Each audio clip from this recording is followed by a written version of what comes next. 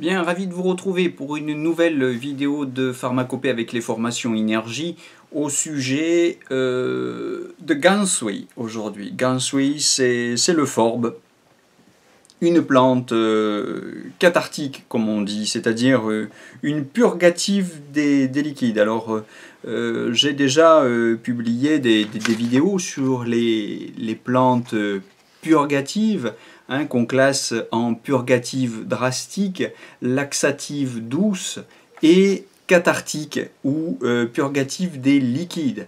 Et j'ai expliqué un petit peu la différence. Alors, ces purgatifs des liquides sont des plantes qui traitent exclusivement les problèmes de plénitude. Hein. Comme les purgatifs drastiques d'ailleurs, hein, seuls les laxatives douces sont utiles ou utilisés pour les syndromes de vide. Hein. Donc, ça c'est un point important. Alors on a un certain nombre de cathartiques ou de purgatifs des liquides, Daji, Gansui, Qianniuzi, Shanglu, Jinglingzi, Yuanhua. Pour l'essentiel, j'ai noté ces 6-là, et c'est de Gansui aujourd'hui le forbe que je vous parle. C'est une racine de saveur amère et douce, froide et toxique. Donc attention, toxique, je le dis tout de suite, je le redirai peut-être tout à l'heure, je ne sais pas, mais je le dis tout de suite parce que c'est tellement important, toxique spécialement quand elle est combinée à la réglisse. Hein. Comme Daji d'ailleurs, hein, ces deux plantes purgatives sont incompatibles avec Gansao. Alors aujourd'hui, on a des fournisseurs qui vérifient quand même, hein, qu'on ne fasse pas de mélange inconvenant, qu'on ne fasse pas de bêtises quand on ferait par exemple des variations. Mais bon, c'est quand même intéressant et important à savoir, c'est une question classique d'examen, l'incompatibilité de Gansao avec Daji et Gansui. Ok. Elle a des tropismes poumons, gros intestin et reins. Alors c'est une plante qui a pour fonction de chasser l'eau vers le bas, par les intestins.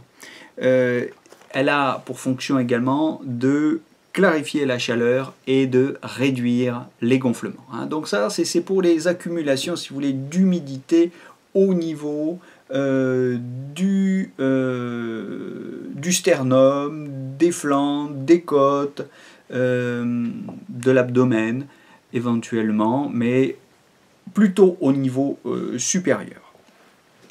Voilà, on l'utilise, pour être précis, dans les accumulations importantes de liquide dans le thorax et l'abdomen avec œdème généralisé ou œdème facial et distension abdominale.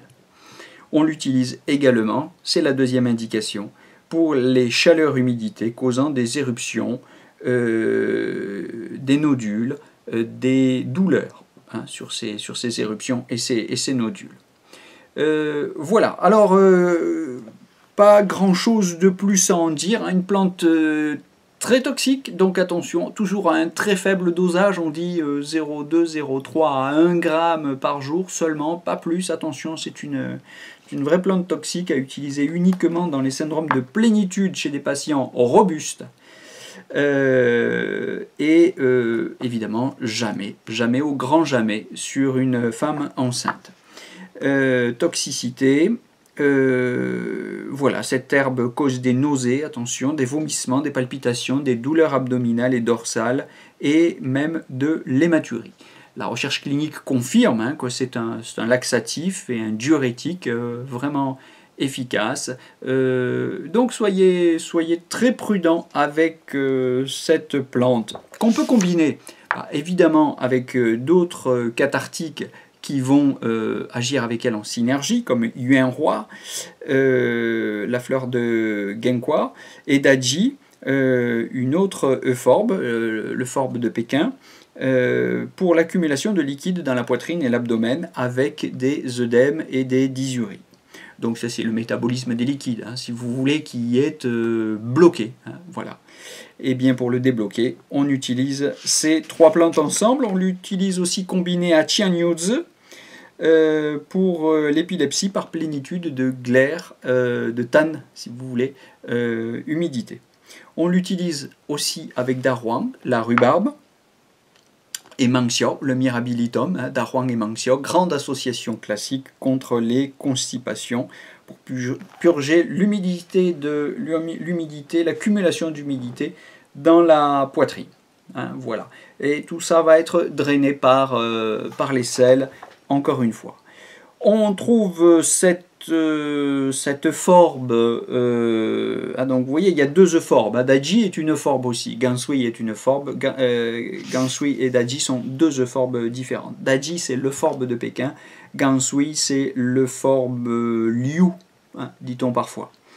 Bon, en chinois, on ne risque pas de les confondre, elles ont deux noms franchement différents. Je vous mets bien sûr, comme d'habitude, hein, les noms de ces plantes en pinyin, c'est-à-dire en translittération latine des sons chinois, dessous, hein, dans le descriptif de la vidéo. Ne manquez pas d'aller y voir.